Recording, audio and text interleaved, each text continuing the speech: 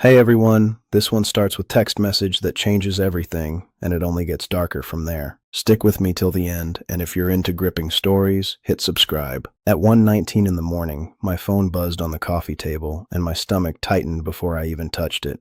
It was a Wednesday in late September, the kind of buffalo night where the air turned crisp, and you started thinking about turning the heat on. My name was Ray Danner. I was 58, and I lived in a ranch outside the city. My wife, Sabrina, kept her maiden name Pike for work.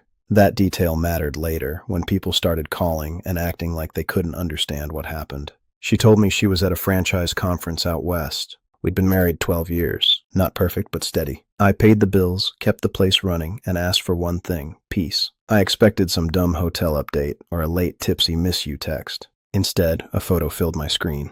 Cheap chapel lighting, neon glare in a window. Sabrina stood there in a short white dress, holding up a marriage certificate like it was a trophy. Next to her was my younger brother Logan, 52, grinning like he just stole my seat at the table. I could read their names on the paper. My eyes locked on the ink until it blurred.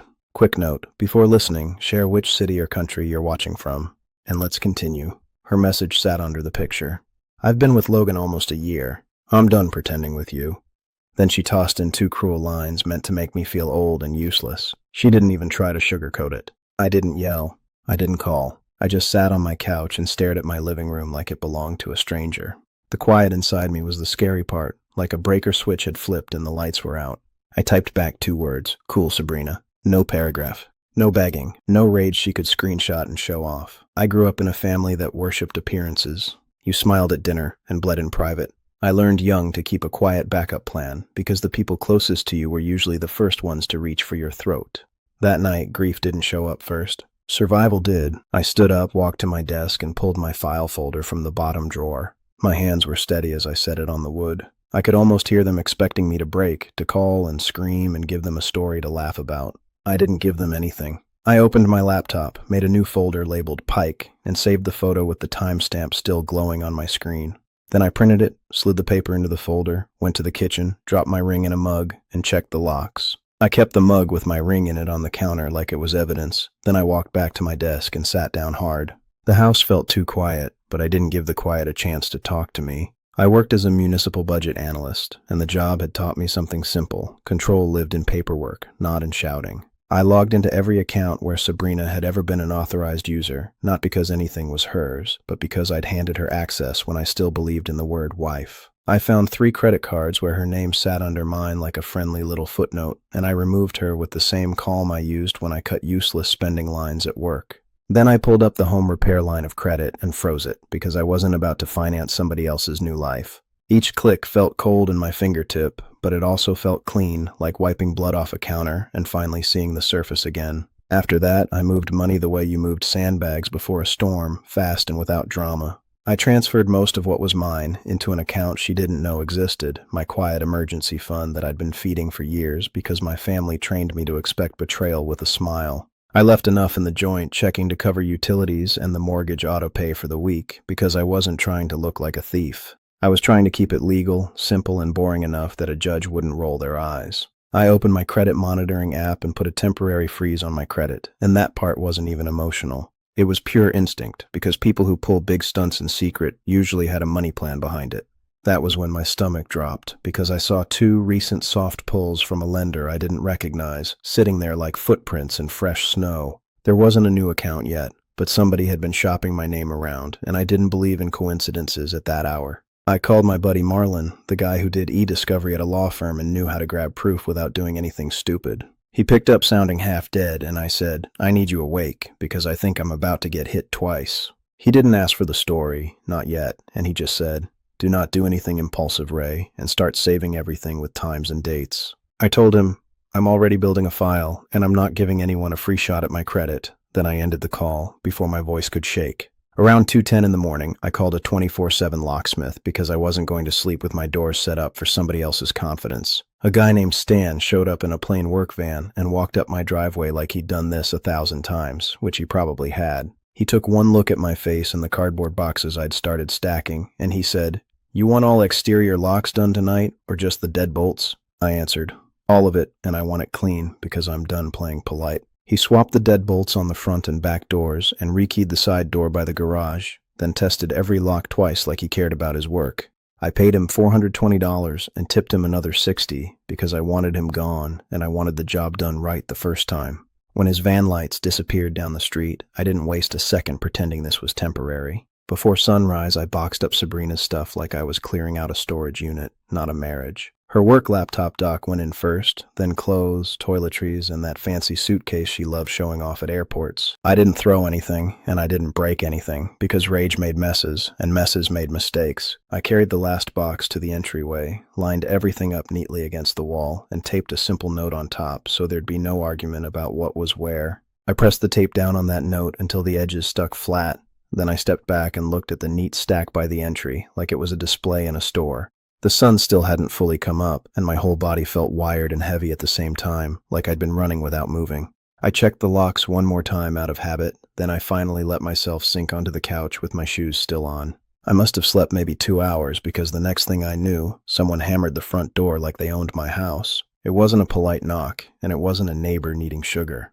The sound hit my chest and stayed there, and my eyes opened with that sharp, nasty adrenaline that didn't ask permission. I leaned forward and looked through the peephole, already expecting Sabrina's face twisted up in a fake cry. Instead, I saw 2 uniformed officers on my porch, both standing square with their hands hovering near their belts, like they'd been fed a story that ended with me in handcuffs. I didn't panic, but my jaw tightened so hard it ached, because I knew exactly what she was doing. I opened the door with the chain still on, keeping it cracked just enough to talk and not enough to get shoved. The older officer nodded once and said, "I'm Sergeant Leon Barrett with Buffalo Police, and this is Officer Miles Ortega."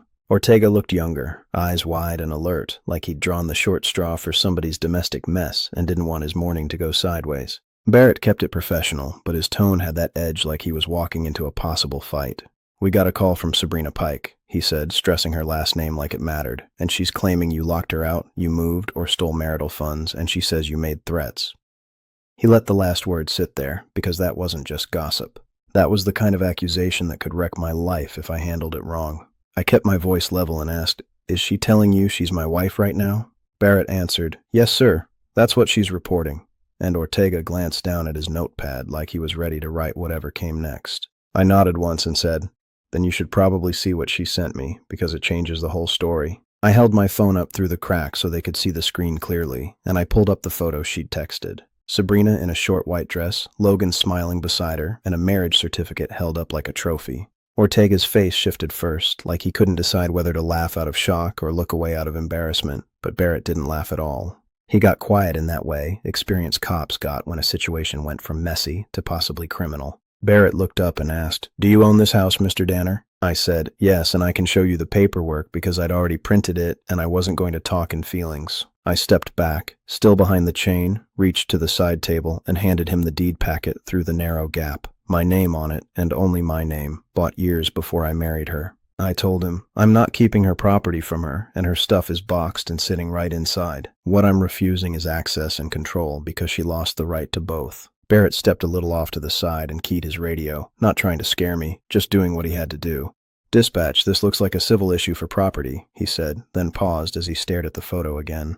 "But there are possible fraud indicators here, and possible bigamy, so I want that noted." While he was talking, I heard Sabrina's voice bleed through on speaker somewhere in the background, high and furious, demanding they make him open the door right now, like she was ordering room service. Barrett came back to the door and handed my papers over carefully, like he didn't want to crease anything that might end up in court. He said, "Document any contact from her, get a lawyer as soon as you can, and if she shows up and escalates, you call us immediately." Then he looked me dead in the eye and added, "Don't react because that's what they want you to do." I nodded, closed the door gently, slid the chain off, and locked it again before I walked straight to my desk and wrote down every name, every time, and every word while it was still hot. I slid the fresh notes into my folder and kept my phone in my hand because I knew she wasn't done. A little before noon, my driveway camera pinged again and dragged my eyes right to the screen. Nadine's sedan rolled up like she was coming to inspect my life, and Kendra rode beside her with that tight smile she used when she wanted to be right. In the back seat sat Sabrina and Logan, close enough to share heat, and the sight of them made my mouth go dry. I stayed inside and watched the feed instead of rushing to the door. Logan kept straightening his collar and puffing his chest like he was proud of what he'd done. Sabrina used the window like a mirror, practicing a wounded face, and Nadine stepped out clutching her purse like it was a badge. The knocking started soft, then turned into pounding that shook the frame. Nadine's voice carried clean through the door when she said, "Ray, open up and stop embarrassing the family because you are acting ridiculous." I cracked the door with the chain on, and Nadine tried to shoulder past the gap like she owned me. The chain snapped tight and stopped her, and I said, "You are not coming in, so back up and talk like an adult." Kendra lifted her phone higher and said, "This is going to look bad for you, Ray, so think before you keep this up." Sabrina slid forward and put on that shaky, sweet tone that used to get her sympathy from strangers. She said, "Ray, I am scared of you, and you are acting unstable right now, so stop doing this." Then she added, "I have nowhere to go, and you cannot just lock me out." And she flicked her eyes at Logan like she wanted him to confirm it. Kendra jumped in on Sabrina's side without even blinking. She said, "You are being cold on purpose, and you are punishing everyone because your pride got hurt." Then she nodded toward the stacked boxes and added, "You are trying to shame her, and you are dragging Mom into it." I kept my voice flat and said, "Sabrina can pick up her boxes and leave, and Logan can stay off my property." I looked at Nadine and said, "Stop saying family like it is a weapon, because it does not work on me anymore." Nadine's face flushed, and she went straight for guilt when she said, "Your father's health is fragile, and this stress could kill him." So I answered, "Russ survived your stress for 40 years, and he will survive this too." Sabrina's expression snapped from fake fear to sharp pride, and she tried to cut me down with one clean swing. She said, "You are small, Ray, and Logan is fun, and I have felt alive for the first time." I didn't argue, and I didn't beg, and I just stared until she got uncomfortable and looked away. Before I shut the door, I said, "Any further communication goes through attorneys, so you should all leave now." Then I closed it, locked it, and hit save on the camera clip, while Nadine hissed at Sabrina, and Sabrina snapped back. I kept my finger on the screen until the clip saved, then I watched them peel out of my driveway like they'd done me a favor by showing their faces on camera. The house went quiet again, but it wasn't peaceful, and I didn't pretend it was. I put my phone down, opened my laptop, and kept working the way I always had when a problem got ugly. The next 2 days were quiet in the real world and loud online, and Sabrina treated social media like it was a courtroom that didn't require evidence. She posted a long essay packed with therapy words and fake sadness, talking about healing and boundaries like she wasn't the one who set the fire. She called me controlling and financially abusive, said she'd been trapped, and claimed Logan rescued her, which would have been funny if it wasn't my real life. She didn't mention the marriage certificate photo at all, because feelings were harder to disprove than a picture. Logan jumped in too, posting like a proud new husband and a wounded victim at the same time. He wrote about how I'd bullied him his whole life and how he finally took his power back, like stealing your brother's wife made you some kind of hero. I saw people I barely knew liking it, and I felt my jaw tighten because strangers always loved a dramatic story when they didn't have to pay for it. Then my mother shared both posts and added a little caption about reflection and forgiveness, and that hit me harder than the cheating because it told me she wasn't confused. She'd picked her side, and she wanted me to swallow it with a smile. The credit thing kept nagging at me, like a splinter you couldn't ignore, so I pulled my credit report and went line by line. That was when I saw it, an application attempt for a home equity line of credit, started, but not finalized. The address listed was my house, but the email definitely wasn't mine, and my throat went tight because that wasn't gossip. That was someone trying to turn my home into a cash machine. I called Marlon and read him what I was seeing, and he didn't sound surprised. He said, "This is why you froze everything, Ray, and it is why you do not get sloppy now." I told him, "I want to call them out by name because this reeks of inside information," and he cut me off fast.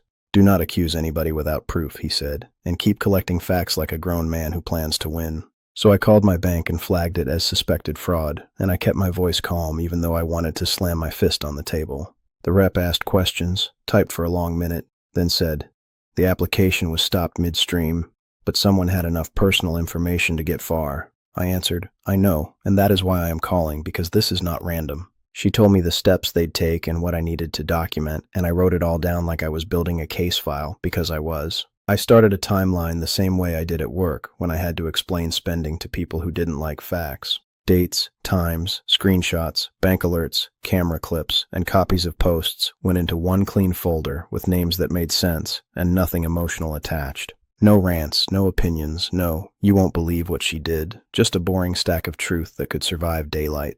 Every time I felt that hot rush in my chest, I channeled it into another saved file. At work, my boss, Marvin Keats, called me into his office, and I could tell from his face he wasn't mad at me. He looked annoyed on my behalf, like somebody had tracked mud into his building and expected him to thank them. He said, "Ray, your personal life is not my business, but people calling my office trying to stir trouble is my business." I told him, I am handling it, and I am not bringing it here, and he nodded once. Keep your head down, he said, and tell human resources if anything that sounds like a threat comes in. That night, my phone lit up with a voicemail from Sabrina's father, Gerald Pike, and he tried to sound like a respectable citizen delivering a public service announcement. He said I was unwell and dangerous, and he hinted he'd make sure people knew, like he was doing the community a favor. I didn't delete it, and I didn't argue with a voicemail like a fool. I saved it, labeled it with his name and the time, and dropped it into my folder. I closed the folder after Gerald's voicemail like I was sealing something toxic. Then I called Marlon again because I was done guessing. When he answered, I said, I want proof that doesn't come from rumors, and I want it the legal way. He didn't hype me up or act shocked, and he just said, then you request your own data and you let the timestamps do the talking. Marlon didn't do anything sneaky, and that mattered to me because I wasn't trying to win by being sloppy. He walked me through the boring steps, the kind nobody wanted to do because it took patience, and he said, every platform has an archive download, and every carrier has a record request, so start there. I told him, I'm not interested in drama anymore, so tell me what button to push.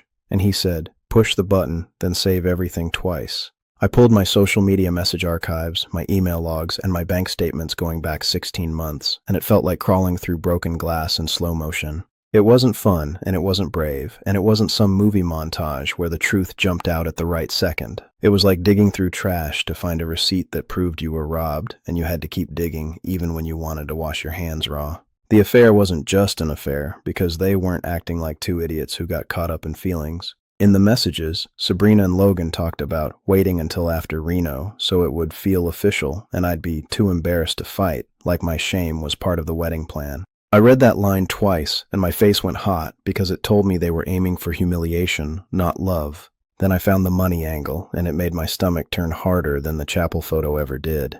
They'd been running purchases through a joint card and labeling stuff as home updates, client gifts, and training fees, like fake categories could disinfect theft.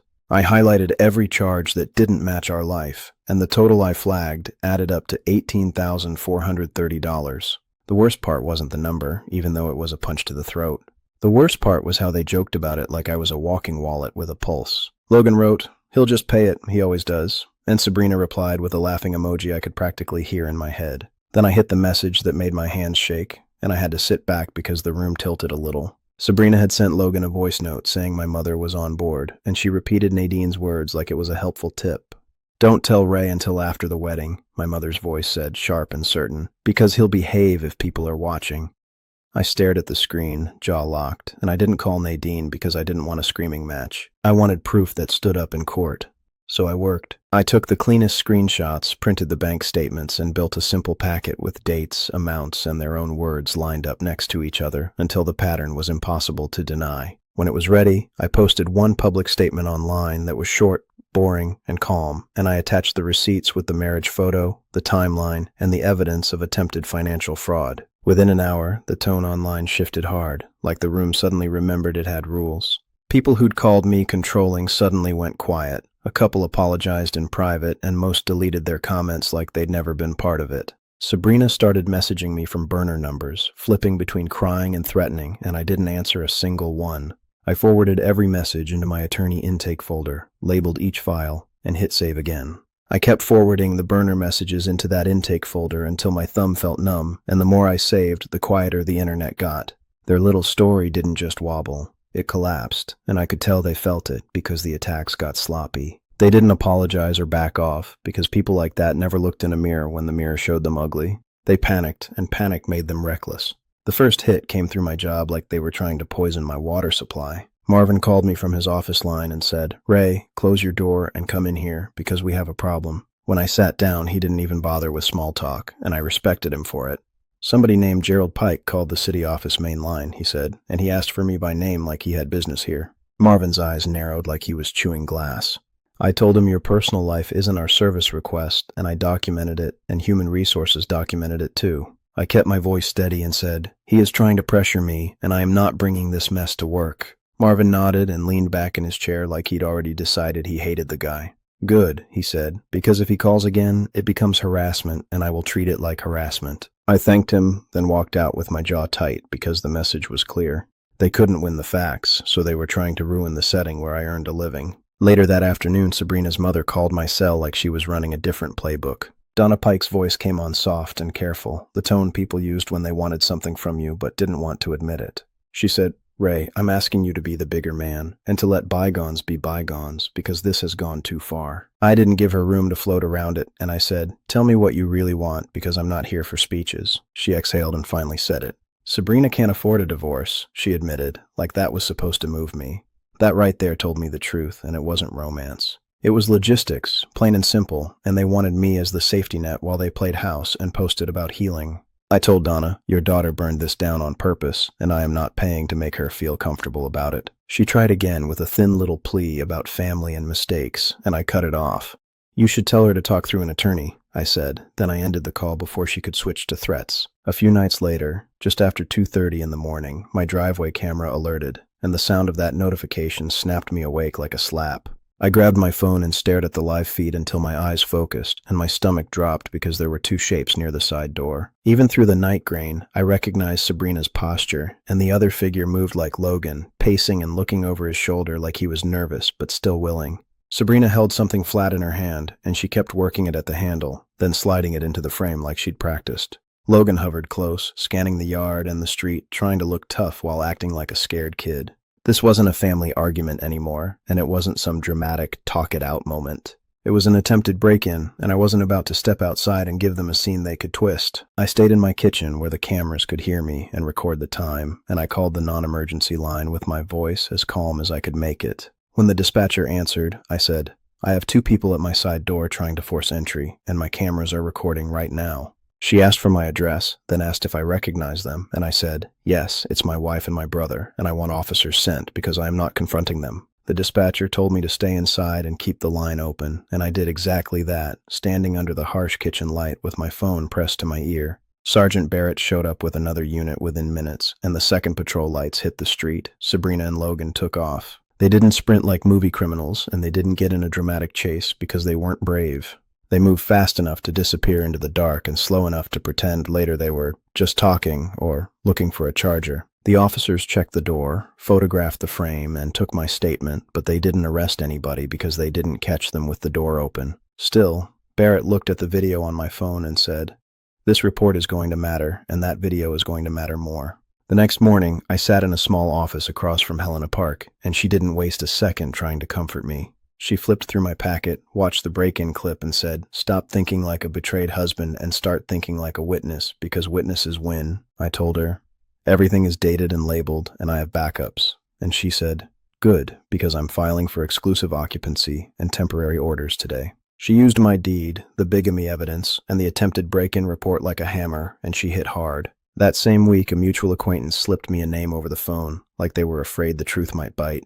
"Logan's been messing around with a bartender in Reno," the guy said, "and her name is Brielle." I didn't react out loud because I didn't need gossip. I needed leverage. So I searched my saved messages, found the thread that proved it, and forwarded the screenshots straight to Helena.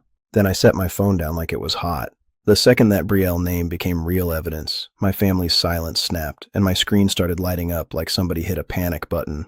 They weren't calling to check on me, and they weren't calling to apologize. They were calling because the truth had gotten loose, and they couldn't shove it back in the box. My father, Russ, called first, and he sounded quiet like he'd stepped out to the garage so Nadine wouldn't hear him. He didn't defend Logan, and he didn't try to sell me a fake explanation. He just said, "Ray, your mother thinks she's protecting the family, and she's scared this is going to stain us." I didn't raise my voice because Russ wasn't the enemy, and I said, "No, Dad, she's protecting herself from looking wrong, and she's been doing it her whole life." He let out a slow breath and said, "I know what you mean, and I'm sorry you're carrying this alone." Then the line went dead like he didn't want to risk one more word. Not long after, Kendra called with a totally different angle, and it was so predictable it almost made me laugh. She didn't ask what happened because she already knew, and she didn't ask how I was holding up because she didn't care. She said, "Ray, I'm worried about your mental health because you seem like you're spiraling and scaring people." That was what people said when they wanted to discredit you without facts, so I answered, "I'm fine, and if you're worried, you can read the bank statements and the police report." She got sharp and said, "You always have to be right, and that is why nobody can talk to you." Then she hung up before I could send her anything. 2 days later, my driveway camera pinged again, and I saw Nadine standing alone on my porch. No Sabrina, no Logan, no Kendra, and that was how I knew something had shifted behind the scenes. She didn't knock like a visitor either, and she didn't knock like a mother checking in. She knocked like an owner, steady and demanding, like she expected my door to obey her. I didn't open it, not even a crack. And I spoke through the door camera like I was talking to a solicitor. I said, "If you have something to say, put it in writing through attorneys, because I'm done doing this in person." Nadine's eyes narrowed, and she tried guilt first when she said, "Ray, I raised you better than this, and you are tearing the family apart." When that didn't move me, she turned to anger and said, "You are acting cruel and embarrassing me in front of everyone." Then she slid into moral language, like virtue was her personal attorney, and she said, "I am asking you to forgive and stop this before it becomes something you regret." I kept my voice flat and said, "You helped hide it, and now you're mad it's visible, so don't preach at me." She went very still, and then she said the quiet part out loud in a low voice that made my stomach turn. "You're making me look bad," she said, like that was the real injury. I didn't argue, because there was nothing to argue with, and I answered, "That is your problem, not mine." Then I ended the camera audio and walked away from the door. Around that time, Brielle's name kept popping up in the background without me chasing it, because gossip ran faster than truth once truth got posted. A friend of a friend sent me a screenshot of Brielle tagging Logan in a Reno bar photo from the same weekend he'd married Sabrina, and the timestamp lined up too clean to deny. The comments underneath were messy, people joking and poking holes, and I saved it without replying, because I didn't need to join the circus. I needed a clean record. A little later, Helena sent me a note that said she'd pulled a data download through proper channels, and what she highlighted made Logan look even worse. He'd been sending Brielle money while telling Sabrina he didn't have cash because Ray cut him off, like my boundaries were his excuse for being broke. Sabrina tried to spin it online like it was fake, but then she messaged Logan something that told the truth on accident. "You embarrassed me, and you made me look stupid," she wrote, and that line landed harder than any love story they tried to sell. Donna Pike called again, and this time she sounded worn down, like her throat hurt from begging. She said, "Ray, please keep it private because people are talking and Sabrina cannot handle this." I said, "I'm keeping it legal," and privacy ended when they tried to paint me as a threat. By the end of October, the social circle they counted on had mostly backed away, and their celebration turned into people dodging them at the grocery store and the gym. I printed the Brielle screenshot, stamped the date on it, and slid it into Helena's binder copy before I closed my file drawer. I locked the file drawer and left my hand on the key a second, like I was making a promise to myself that I wouldn't get sloppy now. The hearing date came up fast, and the morning of it, I drove downtown with my jaw clenched and my paperwork riding shotgun like a weapon I didn't have to swing. The first hearing wasn't some dramatic television thing with gasps and speeches. It was fluorescent lights that made everybody look tired, stiff benches that creaked when people shifted, and a whole room full of adults pretending they weren't nervous. I sat with Helena Park at a table that felt too small for everything I'd been carrying, and she leaned in once and said, "Keep your face neutral and let me do the talking." Sabrina walked in with Logan and an attorney in a shiny suit who looked way too comfortable for a courtroom. Sabrina wore that practiced, wounded expression like she'd put it on in the car, and Logan tried to stand tall like he belonged there. Their attorney smiled at Helena like this was going to be easy, and that smile died the second Helena set a thick binder on the table with a heavy thud. I watched his eyes drop to the binder, then flick up to Helena's calm face, and I remember thinking, plain and clear, that binder was my revenge. Not because it would hurt them physically, but because it would kill their story. Helena didn't glance at me for approval, and she didn't need to, because she'd already built the case the way I built budgets, line by line, proof attached.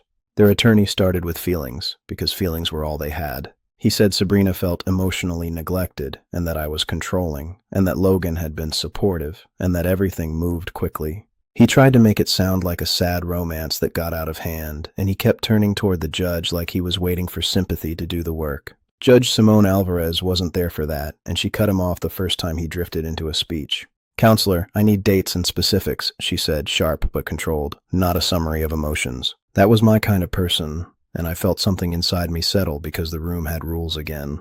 Helena stood up and didn't argue a single feeling. She argued actions. She walked the judge through the marriage certificate photo, the timeline of the affair, the attempted home equity line of credit application tied to my address with an email that wasn't mine, and the money trail that matched their own messages. When she introduced the screenshot where they joked about taking my money and making me behave, the room got quiet in a way you could feel in your teeth, and even their attorney's face tightened like he'd swallowed something sour. Sabrina tried to claim I'd stolen marital funds, and she said it with that shaky voice like she expected the judge to protect her. Helena didn't flinch. She pointed out what funds were premarital, what was traceable, and what I moved only after I had proof of attempted fraud, with timestamps and bank alerts lined up like a train schedule. Then she played the break-in attempt video and referenced the police report, and Sabrina's "I'm scared of him" routine suddenly looked ridiculous without anybody even having to say it out loud. Judge Alvarez granted temporary orders right there. Exclusive occupancy for me, no contact except through attorneys, and she referred the suspected fraud and bigamy issues to the proper channels for review.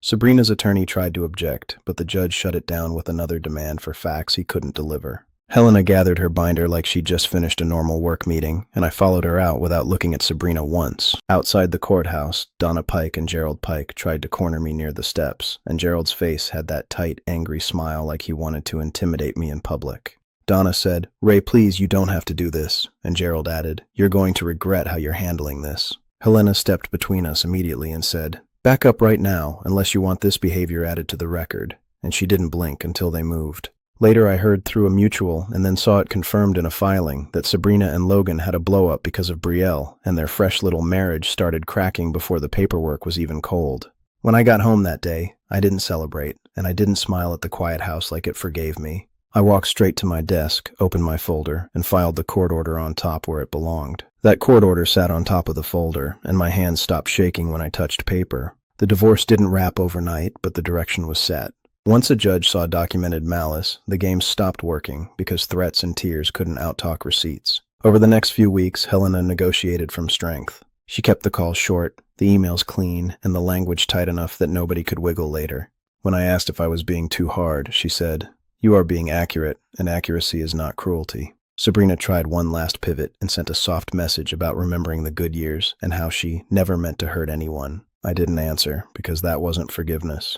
That was fishing for access and an opening to spin again. Not long after, Helena forwarded me a formal notice that referenced the fraud piece, and it wasn't vague or friendly. I didn't dance around my kitchen like I'd won a prize, because this wasn't about bragging. It was the system doing its job, and I filed the notice right behind the court order. Logan disappeared from my life fast. A friend from his club told me. He got pushed out after the scandal, and now he asks people for loans like it's normal. I didn't call Logan to gloat because parasites didn't learn lessons. They just found new hosts. Sabrina's true love story died in public the same way it was born, online and ugly. Betrayal posted something petty. Sabrina responded like she was still competing, and then everyone saw the truth. It was never about love. It was about winning and being seen as the winner. A couple months later, Nadine sent a card with no apology, just a stiff note about family and how we should all move forward. I didn't respond because I wasn't punishing her. I was protecting myself from the next family meeting that was really an ambush. In early March, I sold the house, not because I had to, but because I didn't want those walls holding that chapter anymore. I moved to a condo in St. Petersburg, Florida, smaller and brighter, and the quiet there felt earned. I started walking in the mornings and sleeping through the night again. At the closing, I signed the last page, handed over the keys, and felt the weight leave my shoulders without any speech or ceremony. Not long after that, I reconnected with Paige Landry, someone steady who worked trauma counseling at a local clinic. Our first real conversation was her saying, "You don't owe chaos another chance," and me believing her because her life matched her words. If you ask me what the revenge was, it wasn't screaming, and it wasn't some big public meltdown. It was paperwork, boundaries, and walking away with my dignity intact, while their lies ate them alive from the inside. I shut my laptop, taped the moving box, and slid it down the chute in the lobby. "Hold up. Can I ask you something real quick? If the person you trusted and your own family tried to smear you and mess with your money, would you stay quiet to keep the peace, or would you put the proof on the table and protect yourself? If you've got the hype feature, tap it to support this video and help it reach more people, then please subscribe and hit like. It's one click and it really helps us. And drop a comment, even if it's just good story, or tell me what you would have done.